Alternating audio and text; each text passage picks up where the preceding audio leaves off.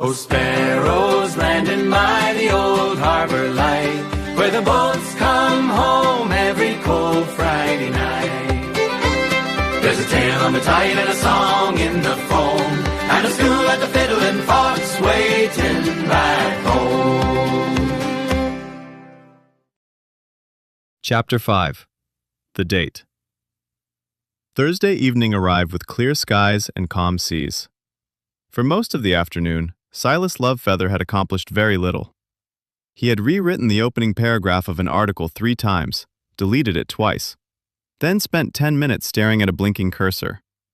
By 5 o'clock, he finally admitted the truth. He wasn't thinking about work. He was thinking about Eleanor Pike. Chez Rendezvous overlooked the marina at Driftwood Commons. Large windows faced the harbour. Sailboats rocked gently in their slips. Soft piano music drifted through the dining room. Candles flickered on white tablecloths. Fresh flowers sat at every table. The restaurant had somehow mastered the art of making people forget they were still in Nova Scotia. Silas arrived early, very early. The hostess smiled knowingly and escorted him to a table overlooking the water. He opened the menu, then pretended to read it. In reality, he checked the entrance every 30 seconds. Eventually, he forced himself to focus. That lasted almost a minute. Then he felt the air change.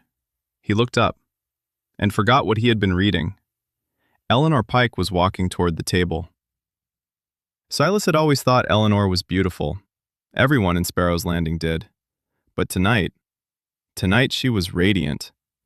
The sapphire blue dress caught the candlelight as she crossed the room. A single strand of pearls rested against her neck. Elegant, graceful, timeless. For one completely embarrassing moment, Silas forgot how to speak. Then she smiled, and somehow that made things worse. "Good evening, Silas." He stood so quickly his chair nearly tipped over. "Good evening, Eleanor." She laughed. The sound immediately settled his nerves. A little. He pulled out her chair. She sat. Every bit the lady. Silas returned to his seat. For a moment, neither spoke. Finally, Eleanor tilted her head. "Well?" Silas blinked. "Well, what?" "You've been staring at me." "I have not." "You absolutely have." Silas sighed. "Fine." "Fine?" "You look beautiful." A faint blush appeared on her cheeks. "Thank you, Silas." The evening instantly became easier. Conversation flowed naturally after that. They talked about books, travel, town politics, the future of Sparrow's Landing, the latest debate at the Fiddling Fox. At one point, Eleanor nearly spilled her wine laughing. "Ferry actually said that?" "He did." "And he was serious?" "Completely." Eleanor shook her head. "I love that man." "Everybody loves Ferry." "Even when he's impossible?" "Especially when he's impossible." By the time their meals arrived, both were relaxed. The food was excellent. Atlantic halibut for Eleanor, a perfectly prepared fillet for Silas. Neither seemed particularly interested in discussing the menu. They were enjoying the conversation too much. For years, Silas had known Eleanor Pike. Tonight felt like meeting her for the first time. The mysterious woman from Pike Manor turned out to be funny, warm, intelligent, and surprisingly easy to talk to. The hours slipped by unnoticed. When the server arrived for dessert, neither hesitated. "The tarte tatin," Eleanor said. Silas laughed. "That's exactly what I was going to order."